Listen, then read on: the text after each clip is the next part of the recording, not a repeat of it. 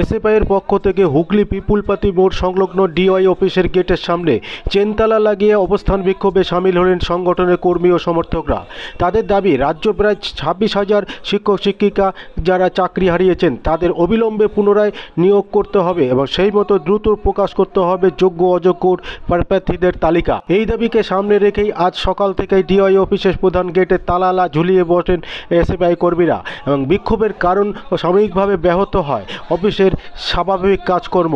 আপনারা দেখছেন news Nadia express. চ্যানেলটিকে সাবস্ক্রাইব, লাইক, শেয়ার এবং ফেসবুক পেজটি ফলো করুন আর দেখুন নিউজ নদিয়া এক্সপ্রেস। মুখ্যমন্ত্রী জবাব দাও, শিক্ষকদের আত্মহত্যা করতে হচ্ছে কেন? ডিআই অফিসার জবাব দাও। আরে এই জবাবের দাবি আদায় আজকের অবস্থান চলছে, আজকের অবস্থান চলছে, আজকের বিক্ষোভ চলছে। দুর্নীতিবাজ তৃণমূলদের গ্রেপ্তার করতে হবে, যারা ঘুষ খেয়েছে তাদের গ্রেপ্তার করতে হবে,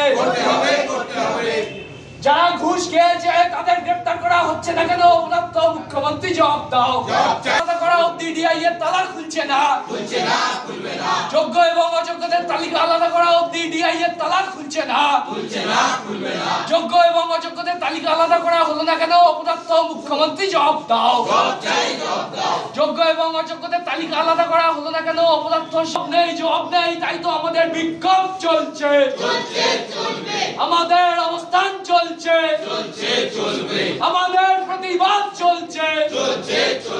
26,000 চাকরিতে যোগ্য অযোগ্য আমাদের প্রতিরোধ চলছে, আমাদের প্রতিরোধ চলছে।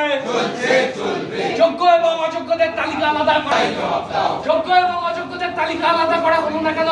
ডিআই সাহেব জবাব দাও। শিক্ষকদের আত্মহত্যা করতে বাধ্য করা হচ্ছে কেন? ডিআই সাহেব জবাব দাও। আরে জবাব তুমি দেবে না, এই জবাব তুমি দেবে না। ইনকলাব জিন্দাবাদ, ইনকলাব জিন্দাবাদ, এসএফআই জিন্দাবাদ। এই 26,000 চাকরি বাতিলের যোগ্য অযোগ্য তালিকা আলাদা করা হলো না কেন? উপযুক্ত মুখ্যমন্ত্রী জবাব দাও। 26 জবাবের স্বার্থে এসএফআই লড়ছে, লড়াই লড়াই লড়াই চাই, লড়াই করেই বাঁচতে চাই। ইনকলাব জিন্দাবাদ। ডিএ তালা খুলছে না, খুলবে না। যোগ্য শিক্ষকদের স্কুলে ফেরানোর না পর্যন্ত ডিএ তালা খুলছে না, খুলবে না।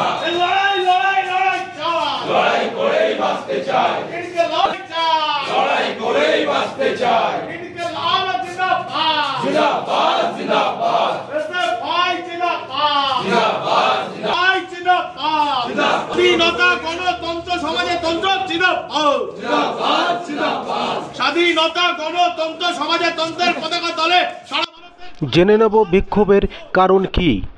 সারা রাজ্য জুড়ে কিরকম পরিস্থিতি চলছে আপনারা তো সকলেই অবগত আছেন। 26,000 চাকরি চলে গেল। যে বছরের রিক্রুট 22 লক্ষ পরীক্ষার্থী ছিল, যোগ্যদের চাকরি না দিয়ে তৃণমূলের একটা অংশ টাকার বিনিময়ে অযোগ্যদের দিয়েছে চাকরি, যার বিনিময়ে 26,000কে খেসারত দিতে হলো। তার মধ্যে হুগলি জেলাতেই 850-এর বেশি শিক্ষক স্কুল ছুট হলো। শুধু ছাত্রছাত্রীরা স্কুল ছুট হচ্ছে না, মাস্টার মশাইরাও এই জামানায় স্কুল ছুট হচ্ছে। আমাদের পরিষ্কার কথা, এই 26,000-এর মধ্যে যোগ্য অযোগ্য তালিকা প্রকাশ করতে হবে, যোগ্যদের অবিলম্বে স্কুলে ফেরাতে হবে। যোগ্যরা কেন তার দায় নেবে? প্রতীকী তালা কেন? প্রতীকী তালা এখানে পরিষ্কারভাবে এসএফআই হুগলি জেলা কমিটি ঘোষণা দিচ্ছে যে যতক্ষণ পর্যন্ত না যোগ্য অযোগ্যের তালিকা প্রকাশ করছে, যোগ্য শিক্ষকদের যতক্ষণ পর্যন্ত ক্যাম্পাসে স্কুলে না ফেরাচ্ছে, ততক্ষণ পর্যন্ত ধারাবাহিকভাবে আজকের যে লড়াই শুরু হয়েছে যা চলতে থাকবে। আপনার নামটা? প্রণয় কার্জি, ডেজিগনেশন এসএফআই রাজ্যের সভাপতি। প্রণয় কি কার্জি। তো আজকে ডিআই অফিসটা দুর্নীতির আতুরঘরে পরিণত হয়েছে। ডিআই এর মাধ্যমে অযোগ্য শিক্ষকদের অ্যাপয়েন্টমেন্ট গেছে, তাই তার জন্য যোগ্য শিক্ষকরা আজকে স্কুলে ফিরতে পারছে না।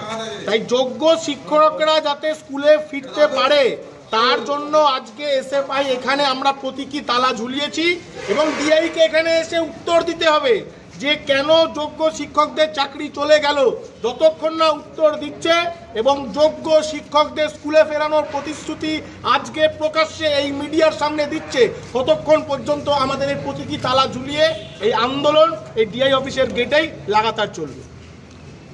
আপনার নামটা? আমার নাম অর্ণব দাস, এসএফআই হুগলি জেলা কমিটির সম্পাদক।